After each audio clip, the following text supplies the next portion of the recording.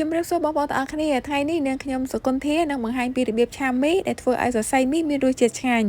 ហើយបើសិនបើជាបងប្អូនឆាមីតាមរបៀបនាងខ្ញុំនេះហើយប្រកាសជាញ៉ាំមីឆានៅខាងក្រៅផ្ទះលែងសូវត្រូវមាត់ហើយចំពោះគ្រឿងផ្សំវិញគឺនៅក្នុងផ្ទះយើងនឹងចាអត់មានគ្រឿងផ្សំអីពិសេសមកពីណាទេប៉ុន្តែគ្រឿងផ្សំនៅក្នុងផ្ទះរបៀបឆាក៏ងាយប៉ុន្តែរសជាតិមីឆាគឺឆ្ងាញ់ខ្លាំងមែនតើឥ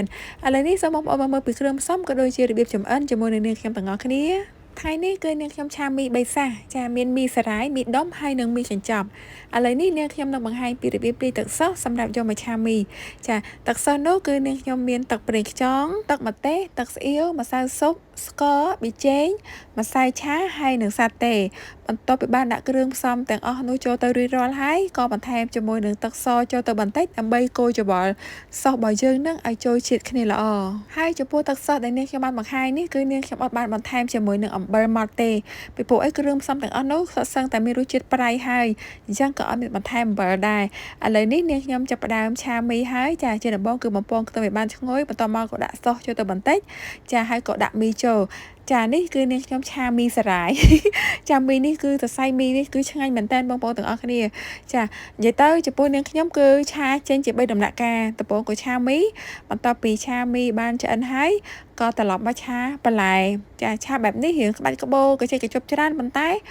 មីមួយចាននេះគឺមានរសជាតិឆ្ងាញ់ខ្លាំងមែនតើចាបន្ទាប់ពីឆាមីបានឆ្អិនហើយក៏មកឆាបន្លែហើយចំពោះការឆាបន្លែនេះនាងខ្ញុំអត់មានបន្ថែមអ្វីក្រៅពីទឹកសុសដែលបានលាយមុនហ្នឹងបងប្អូនចាចំពោះទឹកសុសមួយចានដែលនាងខ្ញុំបានបង្ហាញពីរបៀបលាយទៅដល់បងប្អូនហ្នឹង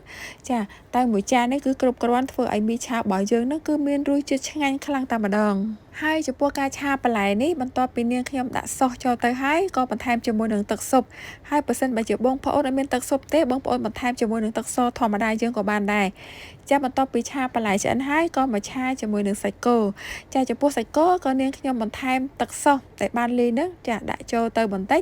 ដើម្បីធ្វើឲ្យសាច់គោរបស់យើងនឹងទន់មានរសជាតិឆ្ងាញ់បន្ទាប់ពីឆាសាច់គោបានមកត្រឡប់ហើយក៏ដួសសាច់គោនឹងមកស្រូបពីលើមីតែប៉ុណ្ណេះបងប្អូនរសជាតិគឺ full តែម្ដងឥឡូវនេះមីឆារបស់នាងខ្ញុំបានឆាឆ្អិនរួចរាល់ហើយក៏បន្ថែមជាមួយនឹងទឹកម្ទេសបន្តិចទឹកត្រីបុកបន្តិចហើយនិងម្ទេសឆាបន្តិចតែប៉ុណ្ណេះគឺថារសជាតិអែមខ្លាំងមែនតើ